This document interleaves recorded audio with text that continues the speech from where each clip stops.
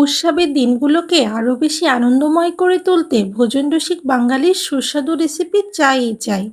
আসসালামু আলাইকুম everyone, welcome to my brand new video. তাই তো আজ আমি আপনাদের ডিমের সুস্বাদু শাহী কোরমা রেসিপি তৈরি করে দেখাবো।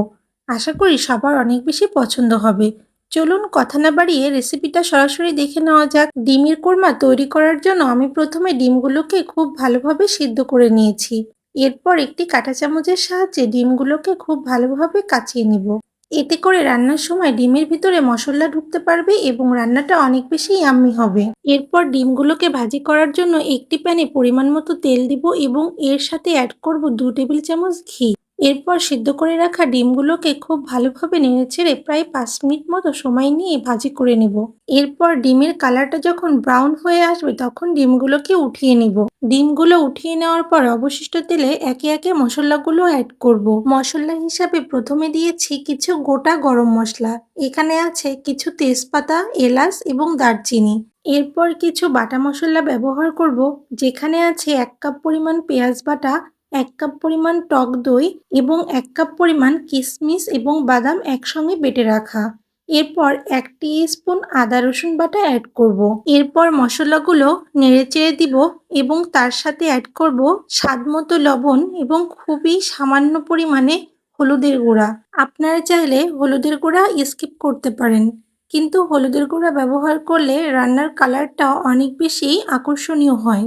এরপর বেশ কিছুক্ষণ সময় নিয়ে সব মশলাগুলোকে নেড়েচেড়ে কষিয়ে নিতে হবে। এরপর যখন দেখবেন মশলার উপর রান্নার তেলটা ভেসে উঠছে, তখন এতে অ্যাড করবেন আগে থেকে ভাজি করে রাখা কিছু পেঁয়াজ বেরেস্তা। আজ আমি ডিমের কোরমা রেসিপিতে কোনো প্রকার পানি ব্যবহার করব না। পানির পরিবর্তে আজ আমি ব্যবহার করব নারকেলের দুধ। এই জন্য আমি প্রথমে হাফ কাপ পরিমাণ নারকেলের দুধ দিয়ে মশলাগুলো খুব ভালোভাবে কষিয়ে নিব। আর যেহেতু রান্নায় টক দই ব্যবহার করেছি, এজন্য এর টক স্বাদকে ব্যালেন্স করতে আমি হাফ স্পুন চিনি ব্যবহার করব। এরপর মশলাগুলো কষিয়ে নেওয়া হয়ে গেলে ভাজি করে রাখা ডিমগুলো মশলাতে অ্যাড করব এবং ঝোল হিসাবে 1 কাপ পরিমাণ নারকেলের দুধ দিয়ে দিব এবং এর স্বাদটাকে আরো বেশি বৃদ্ধি করতে কিছু কাঁচামরিচ অ্যাড করব। আর ডিমের কোরমা রেসিপিতে কোনো প্রকার শুকনো মরিচ ব্যবহার করা যাবে না, এতে করে এই রান্নার স্বাদটা পুরোপুরি নষ্ট হয়ে যাবে।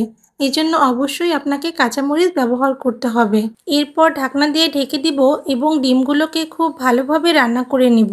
রান্না করতে করতে দেখবেন এক পর্যায়ে এর ঝোলের ঘনত্বটা অনেকখানি বৃদ্ধি পেয়েছে। ঠিক সে পর্যায়ে অ্যাড করব 2 টেবিল চামচ ঘি এবং কিছু পেঁয়াজ বেরেস্তা। এরপর চুলা থেকে নামিয়ে নিব। দেখুন কত সহজে তৈরি হয়ে গেল ডিমের সুস্বাদু শাহী কোরমা রেসিপি। আশা করি আজকে ডিমের এই সুস্বাদু শাহী কোরমা রেসিপিটি সবার অনেক বেশি পছন্দ হয়েছে। যদি ভালো লেগে থাকে অবশ্যই লাইক, কমেন্ট, শেয়ার করে পাশে থাকবেন। আর এই ধরনের সুস্বাদু সব রেসিপি পেতে আমার পেজটি ভিজিট করতে পারেন। আশা করি সবার অনেক বেশি পছন্দ হবে। আজ এই পর্যন্ত, সবাই সুস্থ থাকবেন। আল্লাহ হাফেজ।